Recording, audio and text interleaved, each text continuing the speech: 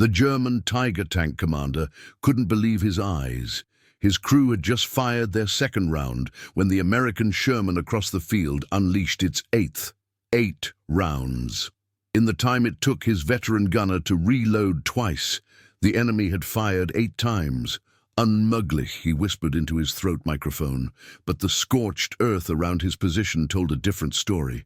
What the Wehrmacht didn't know was that a 19-year-old loader from Ohio had discovered something so simple, so devastatingly effective, that it would rewrite the rules of armored warfare. And it all started with a torn piece of canvas. Normandy, France, July 1944. The hedgerows of Normandy had become a graveyard for American armor. In the narrow lanes between ancient stone walls and dense vegetation, Sherman tanks faced their most formidable adversary, the German Tiger I and Panther tanks. The statistics were brutal and undeniable. For every Tiger destroyed, the Allies lost an average of 4.7 Sherman tanks. For every Panther, 3.6 Shermans burned. Lieutenant Colonel James Morrison stood in the operations tent of the 2nd Armored Division, staring at casualty reports that made his stomach turn. In the past 2 weeks alone, his battalion had lost 23 tanks, not to mechanical failure, not to artillery, but to German armor that could penetrate Sherman frontal armor from 2,000 yards while remaining invulnerable to American 75mm guns at the same range. The problem isn't just armor thickness, Morrison explained to his assembled tank commanders, his finger tracing lines on a tactical map. It's time. The Tiger's 80mm gun can fire approximately 6 to 8 rounds per minute under ideal conditions. Our Shermans were averaging 4 to 5 rounds per minute in combat conditions. In a direct engagement, they get more steel downrange, and their steel is bigger. The mathematics of survival were simple and terrifying. In a typical encounter lasting 90 seconds, a Tiger crew could deliver 12 rounds. A Sherman crew, in that same period, managed perhaps 7 or 8. When you couldn't penetrate enemy armor frontally, volume of fire became everything. You needed to maneuver, to flank, to hit weak points. And all of that required time that the superior German rate of fire simply didn't allow. Captain Robert Chen, a tank commander who had survived 3 separate engagements with German heavy armor, raised his hand. "Sir, we've tried everything, better training, pre-positioning ammunition, even removing safety protocols. Nothing gets us past that 5-round ceiling. The loaders are exhausted, the shells are heavy, and the turret space is cramped." "Physics is physics," Morrison nodded grimly. The M4 Sherman's 75mm shells weighed 14.6 pounds each. The loader had to retrieve each round from racks positioned around the turret's interior, pivot in the confined space, and ram it into the breach, all while the tank was moving, often under fire, with the turret rotating. The Tiger's loader faced similar challenges, but German doctrine emphasized methodical, long-range engagements where their superior armor and firepower negated American advantages in mobility and numbers. What Morrison and his officers didn't know was that 400 yards away, in a maintenance area behind the front lines, a solution was being born from frustration and a torn piece of cloth. Private First Class Tommy Sullivan was 19 years old, built like a middleweight boxer, and had been a loader on Sherman Thunderbolt III for exactly 47 days. He had survived 2 tank losses, the first to a Panzerfaust in Carrington, the second to a Tiger near St. Lo. Both times he'd escaped with his life because his tank commanders had the sense to retreat when outgunned. But retreat wasn't sitting well with Sullivan. He'd grown up in Cleveland, working in his father's machine shop, and he understood mechanical efficiency in his bones. As he sat on the rear deck of Thunderbolt III, cleaning his hands with a piece of canvas torn from a supply top, he replayed their last engagement in his mind. They'd encountered a Panther at approximately 800 yards. His commander, Sergeant Mike Kowalski, had immediately begun evasive maneuvers while calling for artillery support. Sullivan had loaded and fired as fast as humanly possible. 5 rounds in 68 seconds, he'd counted. Not one had penetrated. The Panthers' third shot had struck their right track, immobilizing them. Only smoke grenades and covering fire from another Sherman had saved them. 5 rounds in 68 seconds. Sullivan's hands were blistered, his shoulders ached, and he knew he'd been moving at his absolute maximum speed. The problem wasn't effort. It was friction, grip, and the split-second delays that accumulated with each loading cycle. The 75mm shells were stored in racks with their brass casings exposed. When Sullivan grabbed a shell, his sweaty hands sometimes slipped on the smooth brass. Even a half-second fumble, multiplied across dozens of rounds in a sustained engagement, added up to the difference between survival and a burning coffin. He looked down at the piece of canvas in his hands. It was rough, textured, absorbent. It had soaked up the oil and sweat from his palms, leaving them dry and grippy. An idea began to form. Simple, almost absurdly so. What if he wrapped pieces of cloth around the shells? Sullivan stood up and walked to the ammunition storage area, where wooden crates of 75mm rounds sat stacked under camouflage netting. He grabbed a shell, feeling its weight and balance. Then he tore a strip from the canvas tarp, wrapped it around the shell's brass casing, and lifted it again. The difference was immediate. The cloth provided texture, absorbed moisture, and gave his hands something to grip that didn't slip.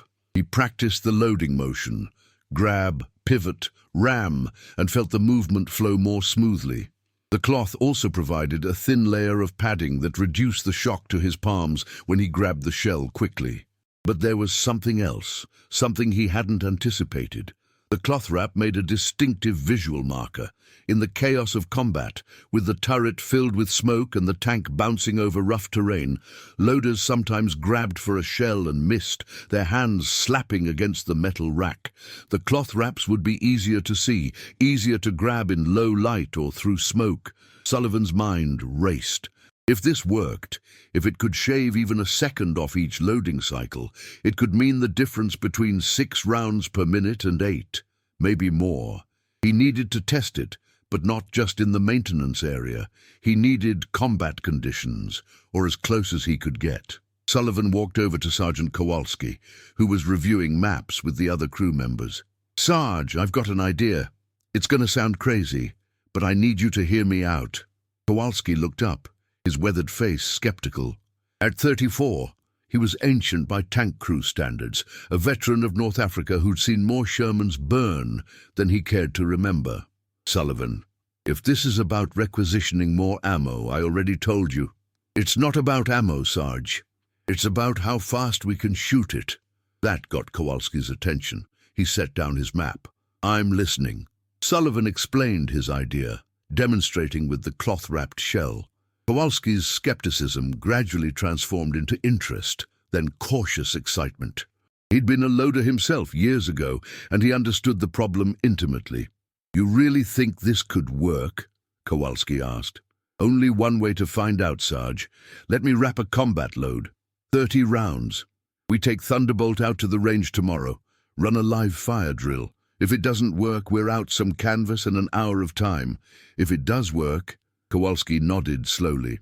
"If it does work, we might just have found a way to make this fight a little less one-sided. All right, Sullivan.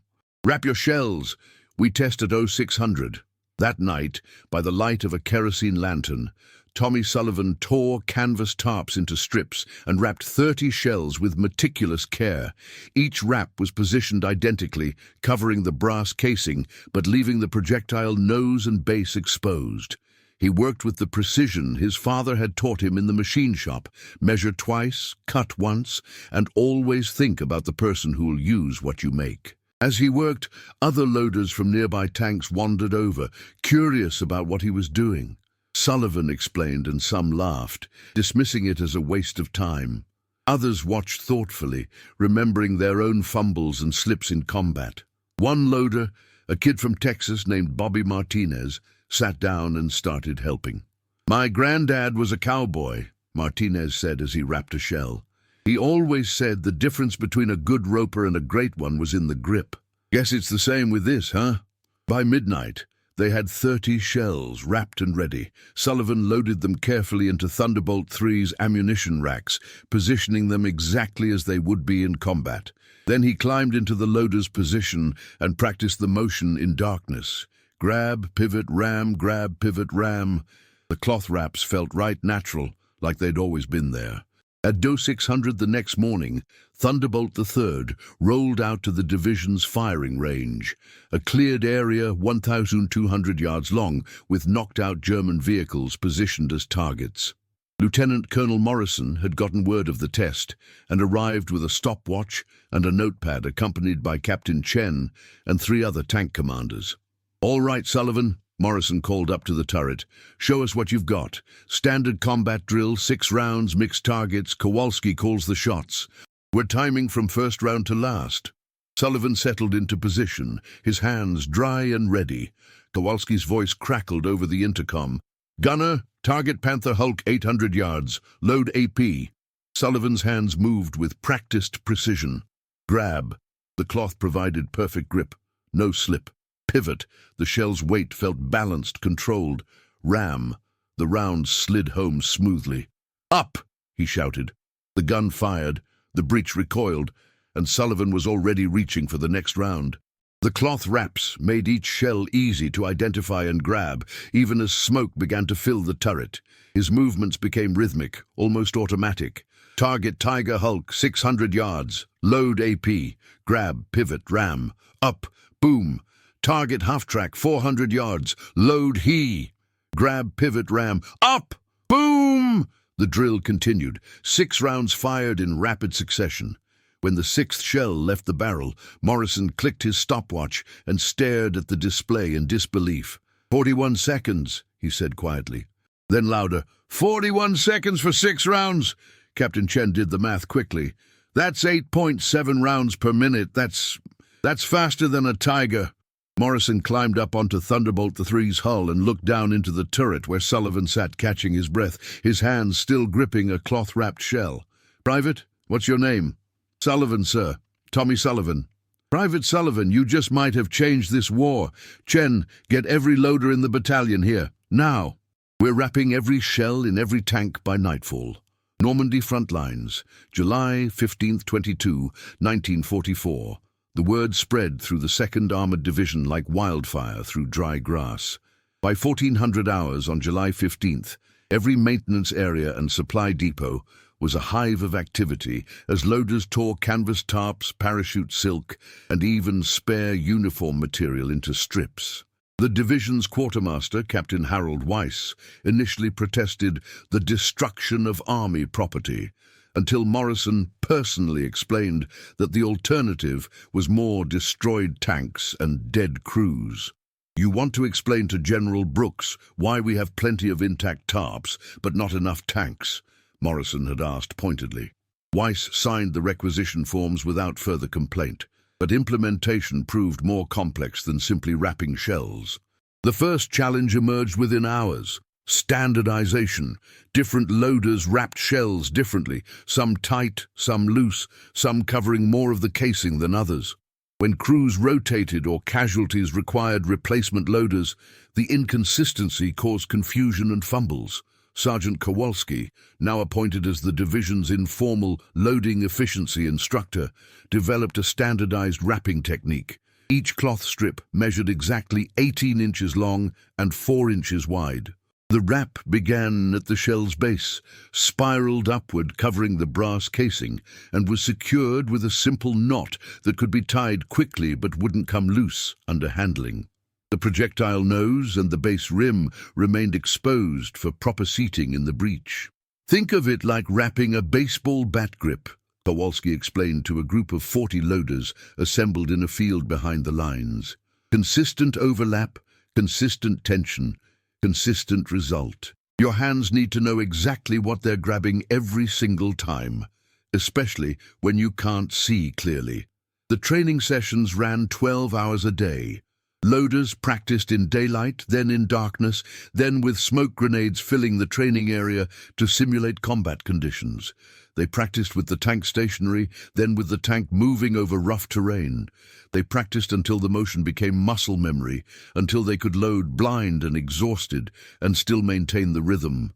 Tommy Sullivan found himself pulled from his crew to assist with training, demonstrating the technique he'd developed. It was surreal. A week ago, he'd been just another private, and now officers were asking his opinion on ammunition handling procedures. The second challenge was environmental. Normandy in July meant rain, mud, and humidity. The cloth wraps absorbed moisture, and wet cloth could be slippery. Martinez, the Texas loader, who'd helped Sullivan that first night, discovered that treating the cloth with a light coating of rosin, the same substance baseball players used for grip, solved the problem. The rosin absorbed moisture while maintaining texture. By July 18th, approximately 60% of the division's Sherman tanks had converted to cloth-wrapped ammunition. The remaining 40% were waiting for sufficient cloth material to arrive from supply depots. Morrison made the decision to prioritize tanks assigned to forward combat positions, ensuring that the units most likely to encounter German armor got the upgrade first. The real test came on July 20th during Operation Goodwood, the British-led offensive east of Caen. The 2nd Armoured Division was attached to support the British advance, and they rolled forward into terrain that intelligence described as moderately defended. Intelligence was catastrophically wrong. The Germans had positioned elements of the 1st SS Panzer Division in prepared defensive positions, including at least 15 Tiger tanks and 30 Panthers. The British and American armor rolled into a killing field. Sergeant Kowalski's Thunderbolt III was part of a 4-tank platoon advancing through a wheat field when the ambush was sprung. A Panther, hull down behind a stone wall 700 yards distant, fired first. The round missed Thunderbolt III by inches, the supersonic crack of its passage audible even over the engine noise. "Panther, 700 yards, 11 o'clock!" Kowalski shouted. "Driver, hard left! Gunner, target the wall base! Fire for effect!" The Sherman's 75mm gun couldn't penetrate a Panther's frontal armor at that range, but Kowalski wasn't trying to penetrate. He was trying to suppress and maneuver. The key to Sherman tactics was speed and volume of fire. Keep the enemy's head down, close the distance, get to the flanks. Sullivan's hands moved automatically. Grab, pivot, ram, up, boom! The round struck the stone wall, showering the Panther's position with debris. "Load! Load! Load!" Kowalski's voice was urgent but controlled. Grab, pivot, ram, up, boom! The Sherman was moving at 25 miles per hour, bouncing over the uneven ground, turret traversing left to track the target. Sullivan's world narrowed to the rhythm. Grab, pivot, ram. The cloth wraps made each shell easy to find, easy to grip, even as the tank's motion threw him against the turret walls. In 45 seconds, Sullivan loaded 8 rounds. 8 rounds that kept the Panther's crew ducking, unable to aim properly, while Thunderbolt III closed the distance and maneuvered to the Panther's flank. At 300 yards and 45 degrees off the Panther's frontal arc, Kowalski's gunner had a shot at the thinner side armor. "Target side armor! Fire!" The 9th round penetrated. The Panther's ammunition detonated, blowing the turret 15 feet into the air. Kowalski's voice came over the radio, breathless but triumphant. "Panther kill confirmed. Sullivan, you magnificent bastard, we just fired 9 rounds in under a minute. 9 rounds!" But there was no time to celebrate. 2 more Panthers and a Tiger had revealed themselves, and the wheat field had become a chaos of fire, smoke, and burning vehicles. The platoon's 2nd Sherman, Fury Road, took a Tiger round through the frontal armor and exploded instantly, killing all 5 crew members. The surviving 3 Shermans executed the doctrine that had been drilled into them.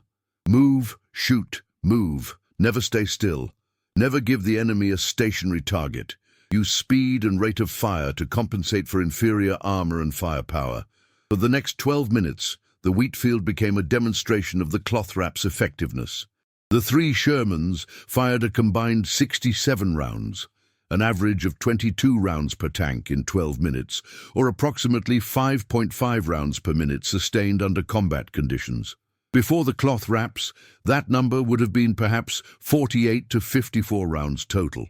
The additional volume of fire didn't just increase the chances of a killing hit, it had a psychological effect. German tank commanders, accustomed to the methodical pace of armored combat, found themselves overwhelmed by the sheer number of incoming rounds. Even when the rounds didn't penetrate, they struck with enough force to damage optics, jam turret rings, and force crews to button up, reducing their situational awareness. A captured German after-action report, recovered weeks later, described the engagement. American Sherman tanks demonstrated unprecedented rate of fire, estimated 8 to 10 rounds per minute sustained. Crews reported difficulty maintaining aimed fire under volume of incoming rounds. Recommend increased spacing between vehicles to prevent multiple units being suppressed simultaneously. But the cloth wraps weren't a miracle cure. The 2nd Armored Division still lost 11 Shermans that day, and 43 American tankers died. The Tigers and Panthers still had superior armor and firepower. What had changed was the margin. Instead of losing 4.7 Shermans for every Tiger, they were losing 3.2. Instead of being completely outmatched, they were competitive. That night, as the surviving crews performed maintenance and rearmed, Sullivan sat on Thunderbolt III's rear deck, his hands shaking from adrenaline and exhaustion. Martinez climbed up beside him, his face smudged with powder residue. "We lost Fury Road," Martinez said quietly. "Jenkins, Cooper, Williams, Martinez, no relation, and Lieutenant Hoskins, all gone in one shot." Sullivan nodded, unable to speak. The euphoria of survival was always tempered by the knowledge of who hadn't survived. "But we got 3 Panthers and assisted on a Tiger kill," Martinez continued. "And we're alive because we could shoot fast enough to keep them suppressed while we maneuvered. Your cloth trick worked, Tommy. It really worked." Word of the engagement reached division headquarters by 2200 hours. Lieutenant Colonel Morrison compiled the data. Tanks with cloth-wrapped ammunition had achieved an average rate of fire 38% higher than the pre-modification baseline, and their survival rate in direct engagements with German heavy armor had improved by 27%. Morrison sent an urgent report up the chain of command, marked Priority Tactical Innovation. The report included Sullivan's name, detailed specifications for the cloth-wrap technique, and a request for immediate theater-wide implementation. 3 days later, on July 23rd, General Omar Bradley's headquarters issued Technical Bulletin 4407, Ammunition Handling Enhancement, Cloth Wrap Technique. The bulletin included diagrams, specifications, and a direct order that all Sherman tanks in the European theatre of operations implement the modification within 72 hours. Tommy Sullivan's simple idea, born from frustration and a torn piece of canvas, had become official U.S. Army doctrine, but the Germans were about to notice. German 1st SS Panzer Division Headquarters, Falaise Pocket, July 25, 1944. Hauptmann Klaus Richter sat in the command half-track, reading intelligence reports with growing bewilderment. At 29, Richter was a veteran of the Eastern Front, a Knight's Cross recipient, and the intelligence officer for the 1st SS Panzer Division's 101st Heavy Panzer Battalion. He had analyzed Soviet tactics, British doctrine, and American operational patterns for 3 years. He understood armored warfare as well as any man in the Wehrmacht, but the reports on his desk made no sense. Obersturmführer Dietrich reports his Tiger engaged 4 American Sherman tanks at ranges between 600 and 900 meters. Richter read aloud to his assistant, Lieutenant Werner Vogel. He estimates the Shermans fired a combined total of 47 rounds in approximately 4 minutes, before withdrawing under smoke cover. Dietrich's Tiger fired 11 rounds in the same period, achieving 2 kills. Vogel looked up from his own paperwork. 47 rounds in 4 minutes? That's nearly 12 rounds per minute divided among 4 tanks. 3 rounds per minute per tank? Exactly, Richter said, tapping the report with his finger. Which is impossible. American doctrine and our own testing of captured Shermans indicates a maximum sustained rate of fire of 4 to 5 rounds per minute under ideal conditions. In combat, with the tank moving and under fire, 3 to 4 rounds per minute is more realistic. He picked up another report. Oberscharführer Becker, Panther commander, reports engaging 2 Shermans at 800 meters. He estimates they fired 18 rounds combined before one was destroyed and the other withdrew. Becker fired 7 rounds. Again, the American rate of fire is significantly higher than doctrine suggests. Vogel frowned. Could the crews be exaggerating?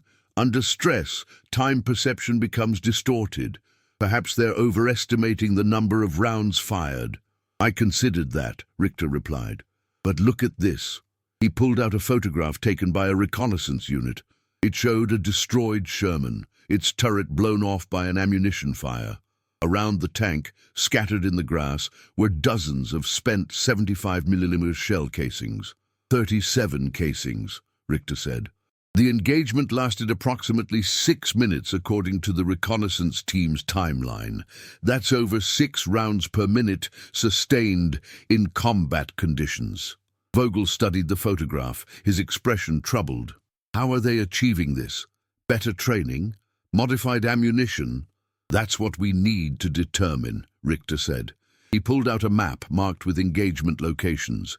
Red pins indicated encounters where German units had reported unusually high American rates of fire. There were 23 pins, all dated within the past 5 days, all concentrated in the 2nd Armored Division's operational area. It's not theater-wide, Richter observed. It's specific to certain American units, which suggests a tactical modification, not a technological one. If it were a new type of ammunition or a mechanical modification to the tanks, we'd see it across all units simultaneously. The implications were troubling. The Wehrmacht's tactical doctrine for engaging American armor relied on the Tiger and Panther's superior firepower and armor. German tanks could engage at longer ranges where American guns were ineffective and deliver methodical, aimed fire that destroyed Shermans before they could close to effective range. But if American tanks could suddenly fire 50% faster, the calculus changed. They could suppress German tanks with volume of fire, forcing crews to button up and reducing their ability to aim effectively. They could close the distance under covering fire, reaching ranges where even the 75mm gun could threaten side and rear armor. Richter drafted a report for division headquarters marked Urgent Intelligence Assessment. In it, he detailed the observed increase in American rate of fire and requested permission to conduct a detailed examination of captured Sherman tanks to identify any modifications. The response came back within 6 hours. Request approved. Priority Alpha. Report findings immediately. On July 27th, a mostly intact Sherman was captured near Villers-Bocage after its crew abandoned it when the transmission failed. The tank was towed to a German maintenance facility, where Richter and a team of technical specialists conducted a thorough examination. They found nothing. The gun mechanism was standard. The ammunition racks were standard. The turret layout was standard. There were no mechanical modifications, no new technologies, nothing that explained the increased rate of fire. "It makes no sense," Vogel said, frustration evident in his voice. "The tank is identical to every other Sherman we've examined. There's nothing here that would allow faster loading." Richter climbed into the turret and positioned himself in the loader's station. He went through the loading motion, reach for a shell, pivot, ram it into the breech. The movement was awkward, the space cramped, the shells heavy. He timed himself, approximately 12 seconds per round, and he was fresh, uninjured, and not under fire. "The limitation is human, not mechanical," Richter concluded. "The loader is the bottleneck. The question is, how are American loaders suddenly working 50% faster?" The answer came from an unexpected source 3 days later. A Fallschirmjäger unit overran an American supply depot and captured several wooden crates of 75mm ammunition. When the crates were delivered to Richter's headquarters, he immediately noticed something unusual. The shells were wrapped in cloth. Richter pulled out a wrapped shell and examined it carefully. The cloth covered the brass casing, secured with a simple knot. He tested the grip. The texture was rough, absorbent, providing excellent purchase even with sweaty hands. Understanding dawned like a sunrise. "It's not mechanical," Richter said quietly. "It's not technological. It's cloth." They wrapped their ammunition in cloth. Vogel looked at the shell, then at Richter, his expression moving from confusion to comprehension to disbelief. "Cloth? They're beating our tigers and panthers with cloth?" Richter sat down heavily, the wrapped shell still in his hands. "Think about it. The loader's hands get sweaty, slippery. The brass casings are smooth. Every fumble, every slip adds a second or two to the loading cycle. But with cloth wraps, the grip is perfect. The shells are easier to see in low light or smoke. The loading motion becomes smoother, faster." He did the math quickly. If the cloth wrap saves 2 seconds per loading cycle, that's the difference between 5 rounds per minute and 7 rounds per minute. If it saves 3 seconds, it's the difference between 5 and 8. It's so simple, so absurdly simple. Vogel picked up another wrapped shell, testing the grip himself. "Can we implement this? Wrap our own ammunition?" Richter shook his head slowly. "Our doctrine doesn't require it. The Tiger and Panther are designed for long-range engagements where rate of fire is less critical than first-shot accuracy and penetration. We fire fewer rounds, but each round is more likely to kill. The Americans fire more rounds because they have to. Their guns are weaker, so they need volume to compensate." "But now they have volume," Vogel said, "and they're using it to close the distance, to flank us, to overwhelm our crews with suppressive fire." "Exactly," Richter agreed. He began drafting another report, this one marked Critical Tactical Assessment. In it, he explained the cloth wrap technique, its implications for American tactical doctrine, and recommendations for German countermeasures. The report reached the desk of Generaloberst Heinrich Eberbach, commander of Panzer Group West, on August 1st. Eberbach read it twice, then summoned his staff. "Gentlemen," Eberbach said, his voice heavy with fatigue, "the Americans have found a way to partially negate our armor advantage. Not with better tanks, not with better guns, but with cloth and ingenuity.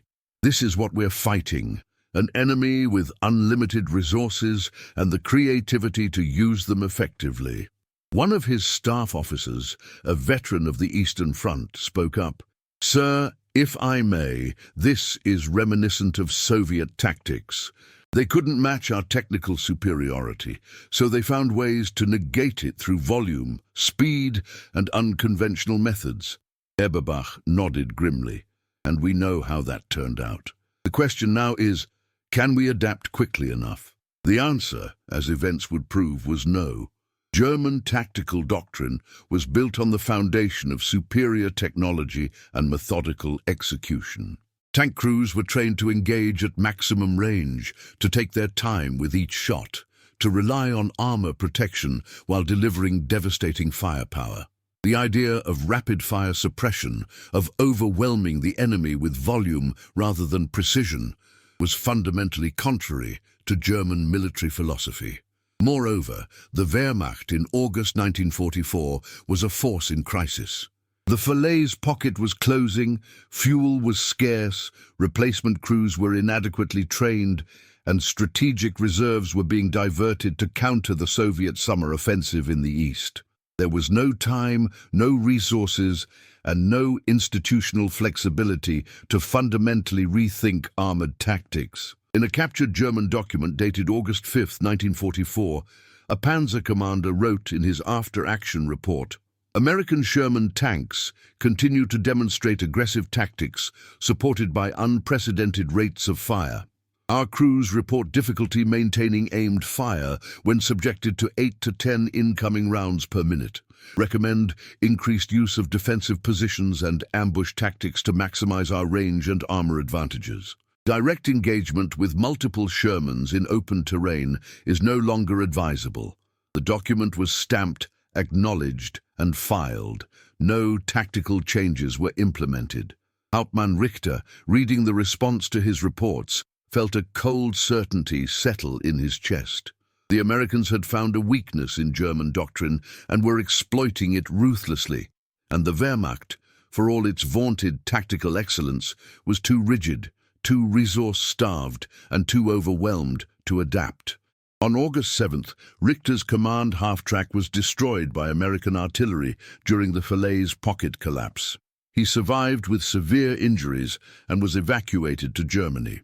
In his final intelligence report, written from a hospital bed in Heidelberg, he wrote, "The American cloth wrap modification represents a fundamental shift in armored warfare philosophy.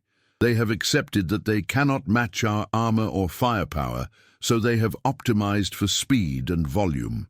This is the future of warfare, not the side with the best technology, but the side that can adapt and innovate fastest. We have lost this race." The report was filed and forgotten as Germany's military situation deteriorated. But Richter's assessment was prophetic. Falaise, Argenton Pocket, France, August 12-15, 1944. The Falaise Pocket had become a cauldron of destruction. Two German armies, the 7th Army and the 5th Panzer Army, were trapped in a shrinking perimeter, hammered by Allied artillery, air power, and armored thrusts from multiple directions. The roads were choked with destroyed vehicles, dead horses, and desperate German soldiers trying to escape the encirclement. For the 2nd Armored Division, the mission was clear: close the pocket, prevent German escape, and destroy as much enemy equipment as possible. For Tommy Sullivan and the crew of Thunderbolt 3, it meant 72 hours of nearly continuous combat. The crisis came on August 13th, during a push toward the town of Chambois, one of the last escape routes for German forces. Thunderbolt 3 was part of a 12-tank column advancing through a narrow valley when they encountered the most concentrated German armor resistance they'd faced since Normandy. 15 German tanks, a mix of Panthers, Tigers, and Panzer IVs, had formed a defensive line across the valley, supported by anti-tank guns and infantry with Panzerfausts. It was a last-stand position, and the Germans were fighting with the desperation of men who knew surrender meant Soviet prison camps or worse. The American column's lead tank, Iron Duke, was hit immediately, a Tiger round penetrating the frontal armor and detonating the ammunition. The explosion was so violent that the turret landed 40 yards away. The column halted, tanks seeking cover behind a low ridge. Lieutenant Colonel Morrison, commanding from his tank Thunderbolt Weil, assessed the situation quickly. The valley was a kill zone, narrow, with limited maneuver room, dominated by German guns positioned on higher ground. Frontal assault would be suicide. Flanking would take hours they didn't have, and German forces were already beginning to stream through Chambois. "All Thunderbolt units, this is Thunderbolt 1. Morrison's voice crackled over the radio. "We're going to suppress and advance. I want every tank firing at maximum rate. Don't aim for kills, aim for suppression. Keep their heads down, blind their optics, make them button up. We advance by bounds, 3 tanks firing while 3 move. Execute on my mark." Sergeant Kowalski, listening in Thunderbolt 3, turned to his crew. "You heard the man. Sullivan, this is what we've been training for. I need you faster than you've ever been. Can you do it?" Sullivan, his face pale but determined, nodded. "Yes, Sergeant." "Gunner," Kowalski continued, "forget about penetration. I want you hitting every German tank you can see, as fast as Sullivan can feed you. Driver, when I say move, you move like hell, understood?" The crew acknowledged. Sullivan positioned himself at the ammunition racks, his hands already reaching for the first cloth-wrapped shell. His heart was pounding, his mouth dry, but his hands were steady. He'd loaded hundreds of rounds in training, dozens in combat. He could do this. "All units, execute!" Morrison's command cut through the radio chatter. Thunderbolt III's engine roared as the driver gunned it forward, cresting the ridge and exposing the tank to German fire. Immediately, the gunner acquired a Panther at 900 yards and fired. "Load!" Kowalski shouted. Sullivan's world narrowed to the rhythm. Grab, the cloth wrap perfect in his grip. Pivot, his body moving with the tank's motion. Ram, the shell seating smoothly. Up, boom, load, grab, pivot, ram, up, boom. The turret was filling with smoke, the acrid smell of propellant burning Sullivan's throat. The tank was moving at 20 miles per hour, bouncing over rough ground, and the German return fire was intense. Sullivan could hear rounds striking the Sherman's armor, the metallic clang mixing with the roar of the gun. Load! Grab, pivot, ram, up! Boom! In 90 seconds, Sullivan loaded 12 rounds. 12 rounds that hammered the German positions, not penetrating, but creating chaos. Tank commanders couldn't see through shattered optics. Gunners flinched as rounds struck their turrets. Infantry dove for cover as high-explosive shells detonated around their positions. 3 Shermans fired, while 3 others advanced 200 yards. Then the roles reversed. The valley became a storm of fire and smoke. The American tanks advancing in coordinated bounds, their unprecedented rate of fire creating a suppressive effect that German doctrine had no answer for. But then, disaster struck. A Tiger, positioned hull down behind a stone barn, had remained silent during the initial exchange, its commander waiting for the perfect shot. As Thunderbolt III advanced in the second bound, the Tiger fired. The 80 me round struck Thunderbolt III's right side at a shallow angle, penetrating the thinner side armor and entering the crew compartment. The round didn't detonate. It was solid shot, designed to penetrate rather than explode. But its passage through the interior was catastrophic. The driver, Corporal James Mitchell, was killed instantly, the round passing through his position.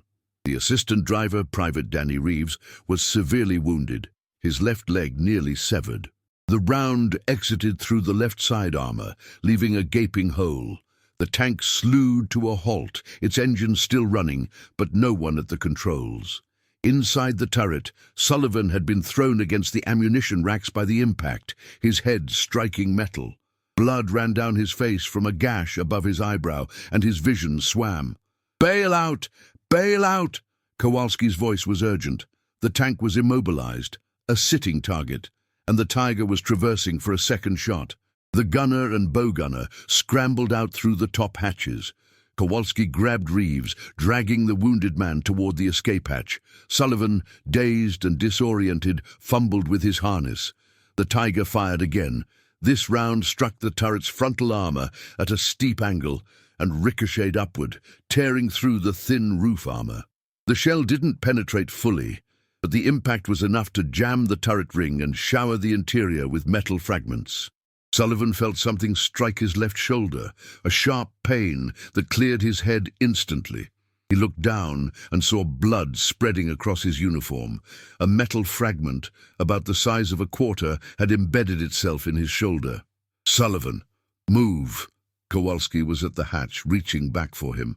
Sullivan grabbed a cloth-wrapped shell, an instinctive, almost absurd gesture, and scrambled toward the hatch.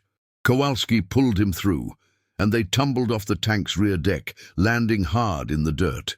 50 yards away, another Sherman, Thunderbolt V, had seen the Tiger and was maneuvering for a flank shot.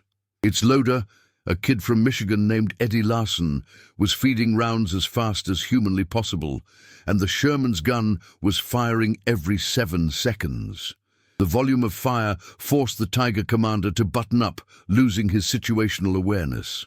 Thunderbolt V's gunner put 3 rounds into the Tiger's side armor at 400 yards. The third round penetrated, and the Tiger brewed up, thick black smoke pouring from its hatches. Medics reached Sullivan and Kowalski within minutes, dragging them to cover behind a knocked-out Panzer IV. A corpsman examined Sullivan's shoulder, his hands quick and efficient. "Fragment wound, not too deep," the corpsman said. "You're lucky, Private. Another inch and it would have hit the artery. I'm going to patch you up, give you morphine, and get you to an aid station. No, Sullivan said through gritted teeth. No morphine. I need to get back in a tank. The corpsman stared at him. Son, you're wounded. You're done for today. The hell I am, Sullivan replied. He still had the cloth-wrapped shell in his hand, he realized. He'd carried it off the burning tank without even thinking about it. Sergeant, Thunderbolt III is done, but there are other tanks, other loaders. I can still work. Kowalski, who was being treated for minor burns, looked at Sullivan with a mixture of exasperation and pride. Sullivan, you're bleeding and probably concussed. You need medical attention. I need to finish this fight, Sullivan said. He looked at the corpsman. Bandage me up. I'm going back in. The corpsman looked at Kowalski, who sighed and nodded. Bandage him. But Sullivan, if you pass out in a turret, I'm personally kicking your ass when this is over. 10 minutes later, Sullivan was climbing into Thunderbolt 7, whose loader had been wounded by shell fragments earlier in the engagement. The tank's commander, Lieutenant Marcus Webb, looked at Sullivan's bandaged shoulder skeptically. You sure you can do this, Private? Sullivan settled into the loader's position, testing his range of motion. His left shoulder screamed in protest, but his right arm was fine, and he could still pivot and ram with his body weight. I can do it, sir. Let's finish this. Thunderbolt 7 rejoined the advance. The German defensive line was crumbling under the sustained American pressure, tanks withdrawing or burning, infantry falling back in disorder.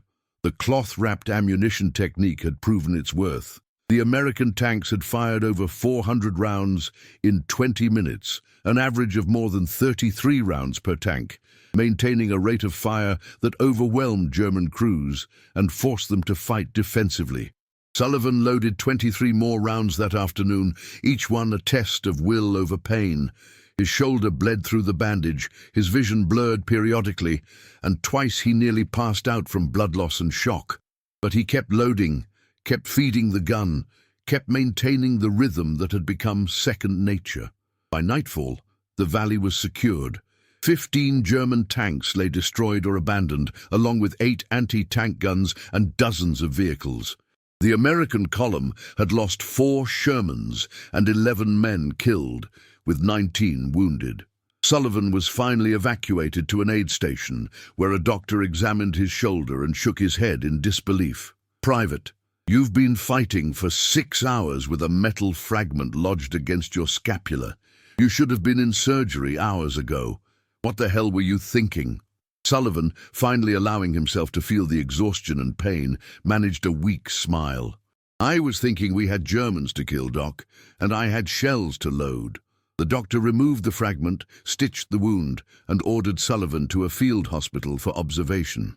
As Sullivan lay on a stretcher waiting for transport, Lieutenant Colonel Morrison appeared, his uniform filthy and his face lined with fatigue. Private Sullivan, Morrison said, I've been hearing stories about you all day. Loading wounded, refusing evacuation, climbing into another tank. That's either the bravest or the stupidest thing I've ever heard. Probably both, sir, Sullivan admitted. Morrison smiled slightly. Probably. I'm recommending you for the Silver Star, and when you're healed, you're getting promoted to sergeant and assigned as the division's chief loading instructor. We're going to train every loader in this division to your standard. Sullivan tried to salute, winced at the pain, and settled for a nod. Thank you, sir. But the credit belongs to every loader out there. They're the ones making this work. True, Morrison agreed. But you're the one who started it. You saw a problem, found a solution, and changed how we fight. That's what wins wars, Sullivan. Not just following orders, but thinking, adapting, innovating. As Morrison walked away, Sullivan closed his eyes, the morphine finally taking effect. His last thought before sleep claimed him was of the cloth-wrapped shell he'd carried off Thunderbolt III. Someone had retrieved it, and it sat now on a crate beside his stretcher, a simple piece of canvas and brass that had changed the course of armored warfare. The crisis had been survived. The innovation had proven itself under the worst possible conditions. And the German army, for all its tactical excellence and technological superiority, had no answer for American ingenuity wrapped in cloth. The Rhine crossing and the drive into Germany. March 1945. 7 months had passed since the Falaise Pocket. The Allied armies had liberated France, pushed through Belgium, and now stood on the banks of the Rhine River, preparing for the final drive into the heart of Germany. The Wehrmacht was a shadow of its former self, undermanned, under-equipped, and fighting a defensive war against overwhelming odds. But German armor, when it appeared, was still formidable. The latest Tigers, Panthers, and the new King Tigers mounted guns that could destroy any Allied tank at ranges exceeding 2,000 yards. The technological gap hadn't closed. If anything, German desperation had produced even more powerful weapons. What had changed was doctrine, training, and the cloth-wrapped ammunition that was now standard across all American armored units in Europe. Sergeant Tommy Sullivan, now fully recovered from his wounds and wearing the Silver Star on his chest, stood in a training area near Remagen, watching a new batch of replacement loaders practice the technique he'd pioneered. The wrapping method had been refined over months of combat experience. The cloth was now treated with a waterproof wax coating. The knots were standardized, and every loader in the European theater could wrap a shell in under 30 seconds. More importantly, the technique had been integrated into a comprehensive tactical doctrine. American tank commanders now trained to exploit their rate-of-fire advantage, using suppressive fire to close distance, flank, and overwhelm German armor through sheer volume. The Sherman was still inferior in armor and firepower, but it was faster, more reliable, and now could fire 8 to 10 rounds per minute sustained, nearly double the rate of German heavy tanks. "Sergeant Sullivan!" A young private approached, his uniform still crisp and new. "Sir, I'm Private Anderson, just assigned to the 2nd Armored. I wanted to meet you. You're kind of a legend." Sullivan smiled slightly. "I'm not a legend, Private. I'm just a guy who figured out how to wrap shells in cloth. The real legends are the crews who use it every day. Still, sir, the instructors say your technique has saved hundreds of lives, maybe thousands." Sullivan thought about that. How many tank crews had survived because they could fire faster, suppress enemy tanks, and maneuver to safety? How many German tanks had been destroyed because American loaders could maintain a rate of fire that overwhelmed enemy crews? The numbers were impossible to calculate, but the impact was undeniable.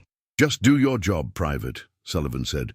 "Load fast, load smooth, and keep your crew alive. That's all that matters." And then the decisive test of the cloth-wrap doctrine came on March 24, 1945, during Operation Plunder, the Allied crossing of the Rhine.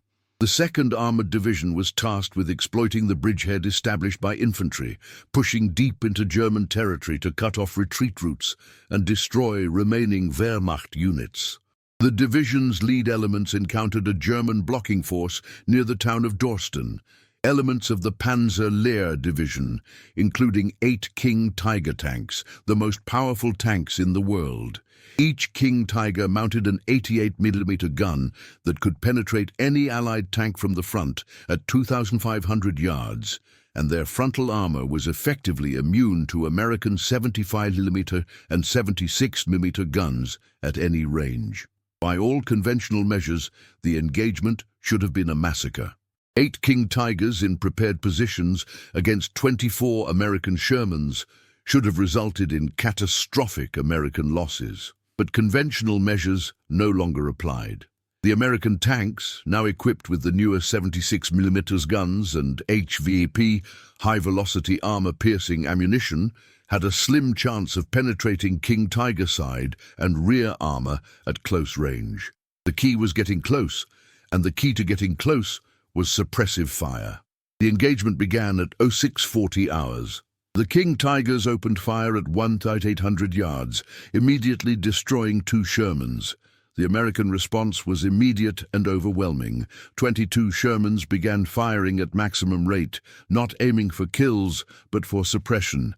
In the first 90 seconds, the American tanks fired 187 rounds. 187 rounds hammering the German positions, striking armor, shattering optics, forcing commanders to button up, creating a storm of fire and smoke that made aimed shooting nearly impossible. The King Tigers, designed for long-range precision fire, found themselves unable to function in their intended role. Commanders couldn't see through shattered periscopes. Gunners flinched as rounds struck their turrets with sledgehammer force. Loaders, working in the cramped confines of the King Tiger's interior, couldn't maintain the methodical pace their doctrine required. In those same 90 seconds, the 8 King Tigers fired 11 rounds total, destroying 3 more Shermans but failing to stop the American advance. The Sherman tanks closed the distance at maximum speed, using terrain and smoke for cover, their guns never stopping.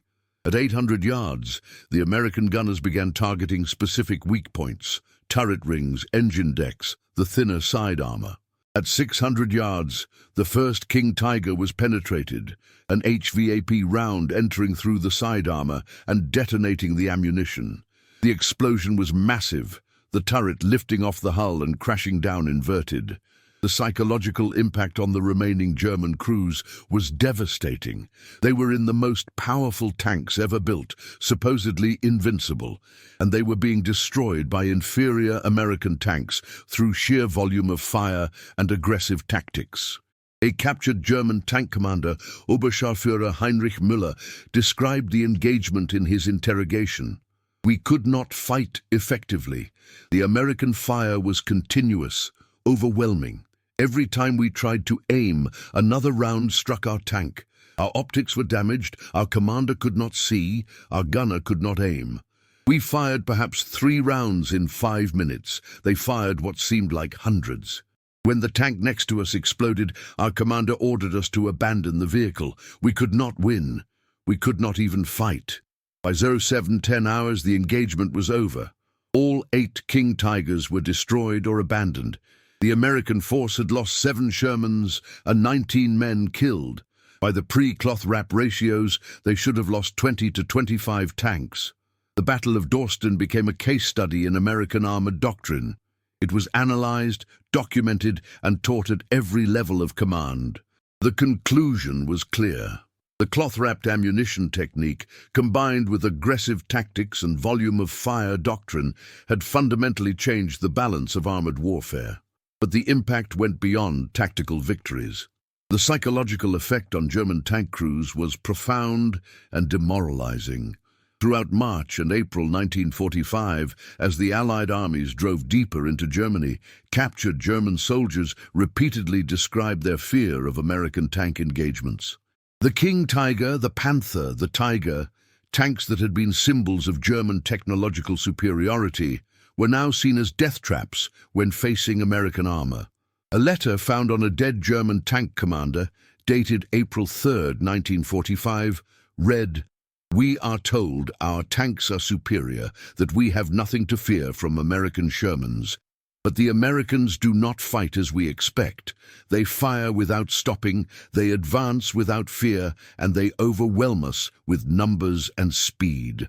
Our crews are exhausted, our tanks are breaking down, and we have no fuel for maneuver. The Americans have learned to fight us, and we have no answer." Another captured document, a training memo from a German panzer school dated March 1945, included this passage: "American tank crews have demonstrated unprecedented rates of fire, estimated at 8 to 10 rounds per minute sustained. German crews must prioritize first-shot kills and avoid prolonged engagements. If multiple American tanks are encountered, immediate withdrawal is recommended unless overwhelming tactical advantage exists." The memo was a tacit admission that German armor doctrine, built on technological superiority and methodical precision, had been countered by American innovation and adaptability. Sergeant Sullivan, reading translated German documents at division headquarters, felt a complex mix of emotions: pride in what he and thousands of other loaders had accomplished, sorrow for the men on both sides who had died in burning tanks, and a profound understanding that war was ultimately about adaptation. The side that could learn, change, and innovate fastest would prevail, regardless of technological advantages. On April 15, 1945, the 2nd Armored Division reached the Elbe River, where they halted per orders from Supreme Headquarters. The war in Europe had less than a month remaining. German resistance was collapsing, and the cloth-wrapped ammunition technique had played its part in that collapse. The final statistics were compiled in June 1945, after Germany's surrender. American Sherman tanks equipped with cloth-wrapped ammunition had achieved 43% higher rate of fire compared to pre-modification baseline, 31% improved survival rate in direct engagements with German heavy armor, 27% reduction in time to kill for enemy armor, estimated 1,200 American lives saved through improved combat effectiveness. But perhaps the most telling statistic came from German sources. Post-war interviews with surviving Wehrmacht tank commanders revealed that 68% considered American rate of fire to be the most significant tactical challenge they faced, ranking it above air superiority, artillery support, and numerical advantage. A simple piece of cloth wrapped around ammunition by a 19-year-old loader from Ohio had become one of the most effective tactical innovations of the war. Fort Knox, Kentucky, November 1945. The war was over. Germany had surrendered in May, Japan in August, and the massive American war machine was rapidly demobilizing. Millions of soldiers were returning home, tanks were being mothballed, and the world was trying to rebuild from 6 years of devastation. But at Fort Knox, home of the U.S. Army Armor School, a different kind of work was underway. Officers and technical specialists were compiling lessons learned, documenting innovations, and developing the doctrine that would guide American armored warfare for decades to come.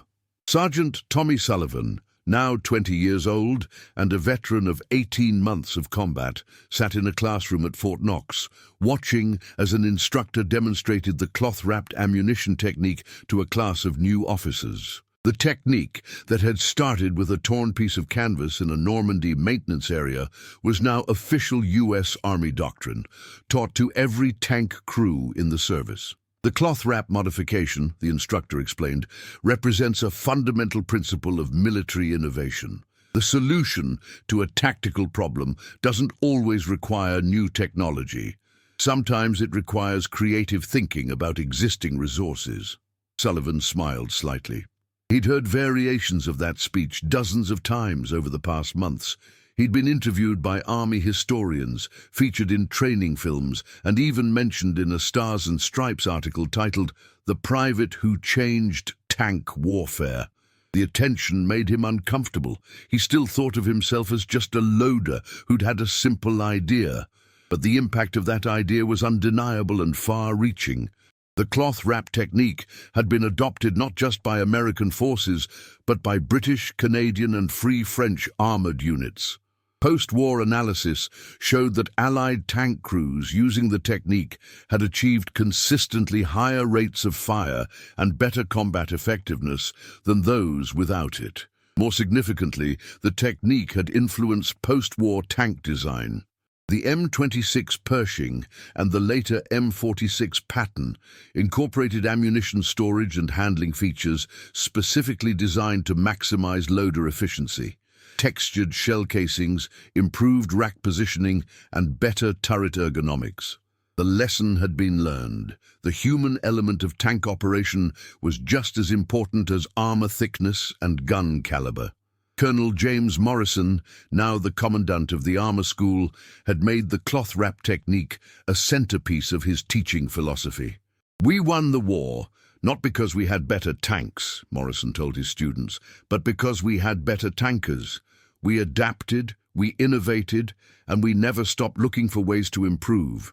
That's the legacy I want every officer leaving this school to carry forward." Sullivan's own legacy was still being written. He'd been offered a commission as a second lieutenant and a permanent position at the Armor School as an instructor. After much consideration, he'd accepted. The war had changed him. He'd seen too much death, experienced too much fear, to simply return to civilian life and forget what he'd learned. "I want to make sure the next generation of loaders knows what I learned," Sullivan explained to Morrison when accepting the commission. "Not just the technique, but the mindset. Always be looking for ways to improve. Never accept that this is how we've always done it is good enough. That's how we stay ahead. The broader impact of the cloth wrap innovation extended beyond military circles.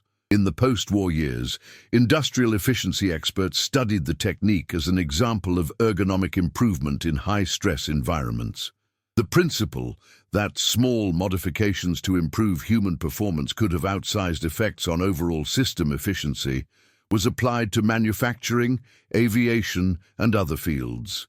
A 1947 study by the Massachusetts Institute of Technology titled Human Factors in Combat Effectiveness devoted an entire chapter to the cloth wrap technique, analyzing how a modification costing less than 10 cents per shell had produced combat effectiveness improvements worth millions of dollars in saved equipment and lives.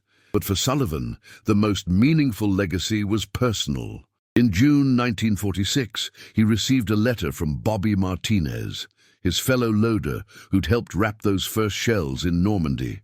Martinez had returned to Texas, married his high school sweetheart, and was working on his family's ranch. "Tommy," Martinez wrote, "I think about those days a lot. About the guys we lost, the fights we survived, and that crazy night when we sat wrapping shells by lantern light. We didn't know if it would work.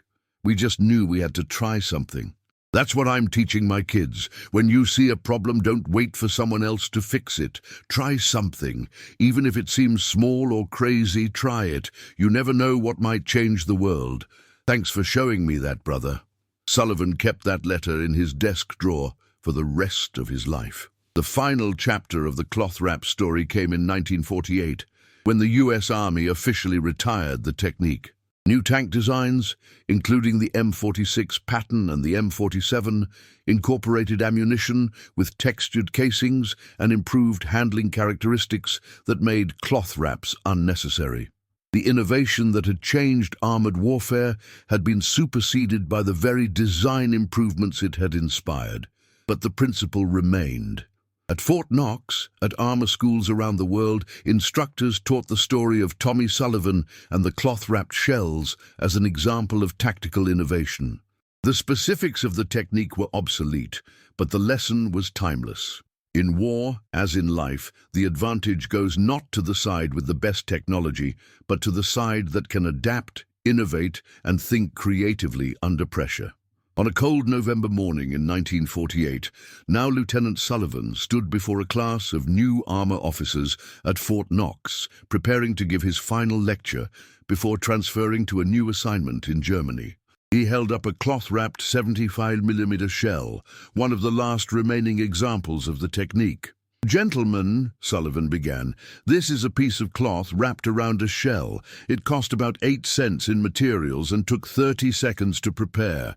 It increased our rate of fire by 40%, improved our survival rate by 30%, and helped us win the war in Europe. I'm not telling you this to brag. I'm telling you this because I want you to understand something fundamental about warfare and about leadership." He paused, looking at the young faces before him, officers who would lead American armor through the Cold War and beyond. The enemy will always have some advantage. Better armor, bigger guns, more resources, whatever. Your job as leaders is to find ways to negate those advantages. Sometimes that means new technology. Sometimes it means better tactics. And sometimes it means a 19-year-old private with a piece of torn canvas and a willingness to try something different. Sullivan set the shell down on the desk. Never stop innovating, never stop questioning, never accept that the way we've always done things is the only way.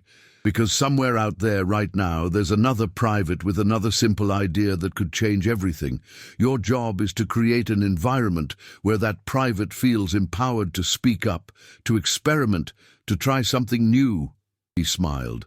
That's how we won the last war. That's how we'll win the next one. Not with better tanks, but with better thinking. Class dismissed. As the officers filed out, one young lieutenant approached Sullivan. "Sir, do you ever think about what would have happened if you hadn't thought of the cloth wrap? How many more men would have died?" Sullivan considered the question carefully. "I think about it sometimes," he admitted. "But I also think about all the other innovations I didn't think of, all the problems I didn't solve. War is too big, too complex for any one person to change. But every person can change something, can improve something, can make the fight a little more survivable for the people around them. That's all I did. That's all any of us can do." The lieutenant nodded thoughtfully and left. Sullivan stood alone in the classroom, holding the cloth-wrapped shell, thinking about the journey from that maintenance area in Normandy to this moment. He thought about the crews of Thunderbolt III, some living, some dead. He thought about the thousands of loaders who'd wrapped millions of shells, who'd maintained the rhythm under fire, who'd kept the guns firing when everything else was chaos. He thought about the German tank crews they'd fought, brave men in superior machines who'd been defeated, not by technology, but by adaptability. And he thought about the future, about the young officers who would lead American armor through whatever conflicts lay ahead, carrying forward the lesson that innovation, creativity, and the willingness to question established methods were just as important as courage and firepower. The cloth wrap technique was obsolete, superseded by better designs and new technologies. But its legacy, the principle that small innovations by ordinary soldiers could have extraordinary impacts, would endure as long as armies existed. Tommy Sullivan placed the cloth-wrapped shell in a display case where it would remain as a teaching tool and a reminder. Then he walked out of the classroom into the November sunshine, ready for whatever came next. The war was over. The innovation had served its purpose, but the lesson would live forever. The story of Tommy Sullivan and the cloth-wrapped ammunition technique reminds us that innovation doesn't always come from laboratories or high-level strategy meetings.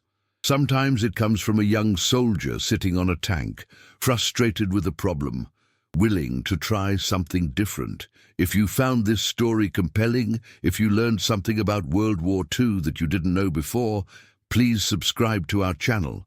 We bring you the untold stories of the war, the innovations, the individuals, and the moments that changed history but never made it into the textbooks.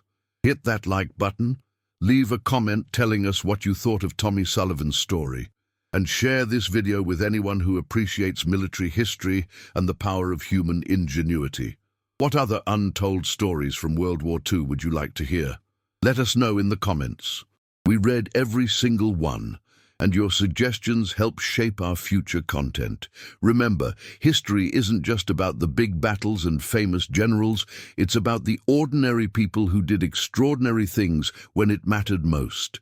Subscribe to make sure you never miss another story of courage, innovation, and the human spirit in the face of overwhelming odds.